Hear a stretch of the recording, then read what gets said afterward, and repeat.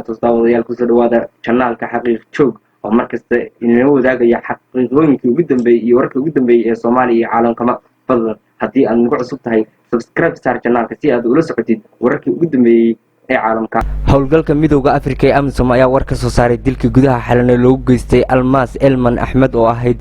diblomaasi hore iyo ruux u dhaqdhaqaaqa nabadda Soomaaliya. AMISOM ayaa waxay xaqiijisay in xabad ay ku dhacday Almas xilli ay ka soo baxday shir ay uga qayb galaysa xalane isla markaana ay doonaysay in ay aado garoonka aadan cadde isla markaana ay saarneyd kursiga dambe ee gaariga darawalkii iyo ruux kale oo la socdana aysan waxba gaarin. AMISOM ayaa sidaasna qoraal ku tiri AMISOM waxay si wada jir ah ula shaqeynaysaa dowladda federaalka ee Soomaaliya iyo ciidamada amniga Soomaaliya si ay si buuxda u baaraan geerida naxdinta lahayd ee ku timid Marwa Almas Elman Ali Ahmed oo ku dhacday rasaas 20 November ka dhacday xerada xalane ee magaalada Muqdisho ayaa lagu yiri war ay soo saareen midowga AMISOM.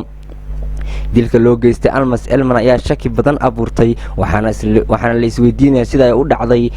in lagu dilo xarunta xalane oo ah meel aad loo adkeeyay ammaankeeda. marxuumada ayaa la filayaa in maanta lagu aaso magaalada Muqdisho waxaana doogisteeda ka soo qayb gali doona madax ka tirsan dowladda federaalka ee Soomaaliya iyo mas'uuliyiin ka socda beesha caalamka. sidoo kale saygeeda ayaan ka maqnayn aaska qaran ee loo sameeyay.